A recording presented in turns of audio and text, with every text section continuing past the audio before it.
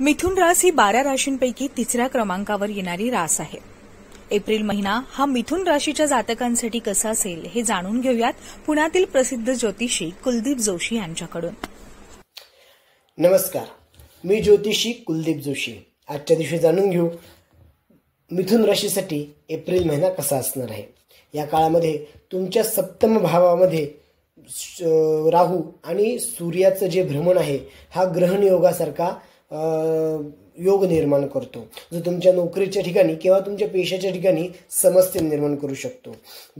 एकादश भावामध्ये गुरु आणि बुधाची स्थिती ही तुमच्या धनसंबंधामध्ये उत्तम स्थिती देईल। मात्र ज्या वेळेला 9 एप्रिलला बुध हा वक्री होईल त्यावेळेला तुमच्या नोकरीच्या ठिकाणी तो काही समस्या निर्माण करेल। या काळामध्ये तुम्हाला कुणाशीही वादविवाद करणे टाळलं पाहिजे, कारण की आज होणारे वादविवाद हे भविष्यामधल्या संकटांची चाहूल असू शकते।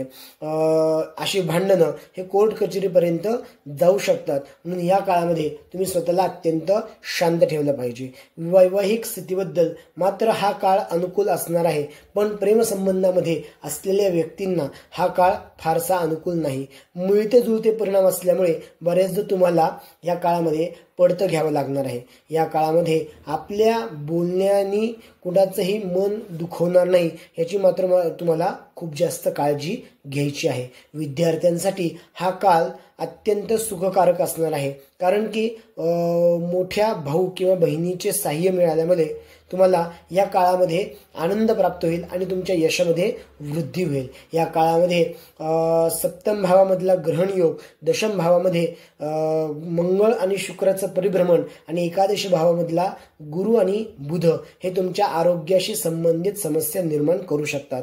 म्हणून या काळामध्ये कुष्ठरोग्यांची केलेली सेवा ही तुम्हाला लाभकारक राहील आणि तुम्हाला आरोग्यकारक राहील, यात शंका नाही।